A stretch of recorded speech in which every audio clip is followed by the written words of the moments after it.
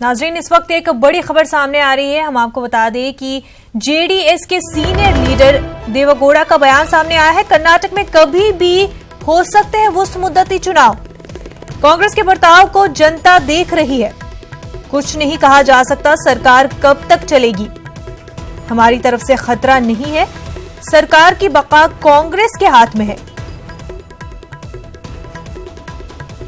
आज आपको बता दें, जेडीएस के सीनियर लीडर देवेगौड़ा का बयान सामने आया है। कर्नाटक में कभी भी हो सकते हैं वस्त मुद्दती चुनाव।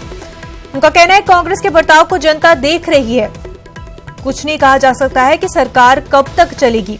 हमारी तरफ से कोई खतरा नहीं है, ऐसा कहना है सीनियर लीडर देवेगौड़ा का। सरकार की बका कांग्रेस के हाथ में है। जेडीएस के सीनियर लीडर देवेगौड़ा का बयान सामने आया है। उन्होंने कहा है कि कर्नाटक में कभी भी वस्त मुद्दती चुनाव हो सकते हैं। साथ ही उन्होंने कहा कि कांग्रेस के बर्ताव को जनता देख रही है। कुछ नहीं कहा जा सकता कि सरकार कब तक चलेगी। हमारी तरफ से कोई खतरा नहीं है, ऐसा कहना है देवेगौड़ा का। सरकार की बका कांग्रेस के हाथ में है।